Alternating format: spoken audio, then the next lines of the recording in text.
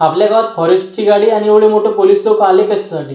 तर नमस्कार भावांनो आणि त्यांच्या बहिणींनो, आज आपल्या मोठा मावस भाऊ सूरजदादा सोबत मी आलो डायरेक्ट मोताळा आपल्या लोकेशनवर, कारण आज इथून ट्रिप न्यायची होती. तेवढ्यातच आपला भाऊ ऋषभची एंट्री झाली. राव, सूरजदादा आणि ऋषभ हे सख्खे काका बाबाची मुलं आहेत, म्हणजेच आपले मावस भाऊ. ट्रिप भरून झाल्यावर आम्ही निघालो रायरा. तेवढ्यातच इकुलचा फोन आला, रायरा थांब म्हणे, मी 10 मिनिटात आलो म्हणे तिथं. मग ऋषभला बाय बोलून या ट्रॅक्टरवाल्या दादाला हात देऊन मी आलो वरच्या गावात. तिथं दुकानावर पाणी बॉटल घेतली आणि तेवढ्यातच विपुल आला. मी त्याच्या हाती पण पाणी बॉटल आणि गोळ्या बोलून घेतल्या होत्या. मग तिथं गोळ्या घेतल्या आणि आम्ही आलो गडकी आपल्या भाषाला भेटायला, कारण आज विपुल पुण्याला रिटर्न जाणार होता. मग तिथं आपल्या भाषाला भेटून आम्ही आलो बुलढाणा. विपुलचे कपडे प्रेस करायचे होते, त्याच्यासाठी आम्ही आलो चंदन ड्राय क्लिनर्स वर. तिथे कपडे प्रेस करायला टाकले आणि तिथून आम्ही आलो या आतंकवादी जवळ. तिथून या आतंकवादीला घेतला आणि त्याची गाडी रूमवर ठेवून आम्ही आलो चौपाटीवर. आजची पार्टी ही विपुल कडून होती. मग तिघांनी वेगवेगळं आयटम हे बोलून घेतलं. भेळ, चायनीज आणि रगडा. हा छोटू त्याच्या वडिलांना हातभार लावत होता. मग तिथून फुकाचं खाऊन आम्ही आलो डायरेक्ट चंदन ड्राय क्लिनर्स वर. तिथून विपुलचे प्रेस केलेले कपडे घेतले आणि त्यांना जितूच्या रूमवर सोडून मी आलो डायरेक्ट पेट्रोल पंपावर. तिथे 100चा पेट्रोल टाकून घेतला